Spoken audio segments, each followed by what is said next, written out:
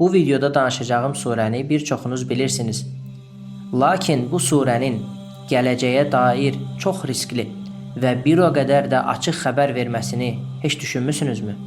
Hətta bu surədəki qeybi xəbər o qədər açıqdır ki, mənim üçün Qurani-Kərimin Allah kəlamı olduğuna dair ən güclü dəlildir. İndi isə keçək əsas məsələyə.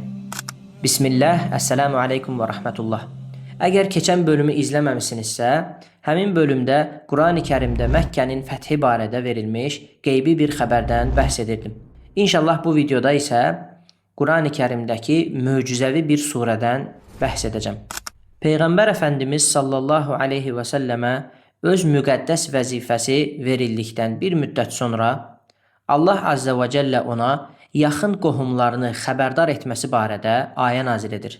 Rəbbimiz Şuara surəsinin 214-cü ayəsində belə buyurur: Ən yaxın qohumlarını xəbərdar et.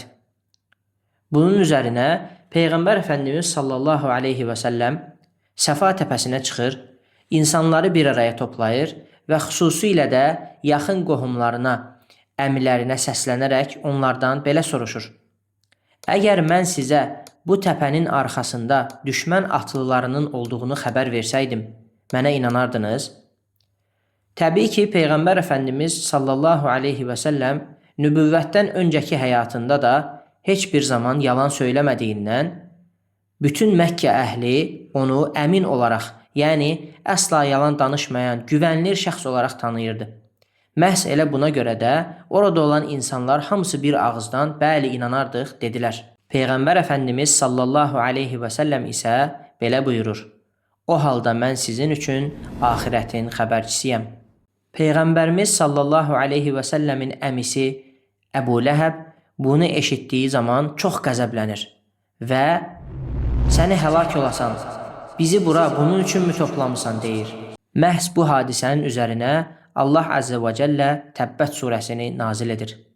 Uca Allah Təbbət surəsində belə buyurur: Əbu Ləhəbin əlləri qurusun, qurudu da. Nə mal mülkü, nə də övladları ona bir fayda verdi. Haqqı inkar etdiyinə görə o alovlu bir oda girəcəkdir. Arvadı da odun daşıyan olaraq oda girəcəkdir. Arvadının boynunda xurma lifindən ip olacaqdır. Subhanallah, bu surədəki Əbu Ləhəb və arvadını təhdid edən cümlələr çox qorxulu və bir o qədər də möcüzəvidir. Bildiyimiz kimi Əbu Ləhəb öz qardaşı oğlunun peyğəmbərliyini qəbul etməmiş və öz cılız düşüncəsinə görə onun davasını çürütmək üçün bütün ömrü boyu çalışmışdır. Xüsusilə arvadı da ona bu yolda kömək etmiş, Peyğəmbər Əfəndimiz sallallahu aleyhi və səlləmə əziyyətlər vermiş və onun yollarına tikanlar düzmüşdür. Bu cürə zəlil və alçaq bir insanla arasında düşmənçilik olduğu halda Peyğəmbər Əfəndimiz sallallahu aleyhi və səlləmin öz əmisini və həyat yoldaşını cəhənnəmə girəcəkləri barədə xəbərdar etməsi həqiqətən də çox təəccüblüdür. Çünki Əfəndimiz sallallahu aleyhi və səlləmə düşmənçilik bəsləyən və gecə-gündüz onun dinini yıxmaq üçün çalışan bu şəxs yalandan belə olsa, mən sənin dininə iman etdim deyə bilərdi. Bu halda isə Peyğəmbər Əfəndimiz sallallahu aleyhi və səlləmin bütün davası çökərdi. Lakin belə olmur. İrəlidə də görəcəyimiz üzrə Əbu Ləhəb iman etmədən ölür. Və bu da onu göstərir ki, bu sözlər Peyğəmbər Əfəndimiz sallallahu aleyhi və səlləmə yox, onun yaradanı olan Allah Azze və Cəlləyə aiddir. Allah Azze və Cəllə gələcəyi bildiyindən dolayı Əbu Ləhəb və arvadının cəhənnəmə gedəcəklərini həm onların özünə, həm də qiyamətə qədər sanki bir ibrət olsun deyə bizə bildirmişdir. Həqiqətən də tarixi mənbələrə baxdığımız zaman bu hadisədən sonra Əbu Ləhəbin 7 il daha ömür sürdüyünü görürük. Lakin bu 7 illik ömründə bircə dəfə yalandan belə olsa İslam dinini qəbul etdiyini demir. Gəlin düşünək. Əgər Qurani-Kərim haşa bir insan tərəfindən yazılmış olsaydı, belə bir riskə kim gedərdi? Kim öz düşməni barəsində bu cür qeybi bir xəbər verərdi? Heç kim. Çünki hər kəs öz düşmənini yaxşı tanıyır.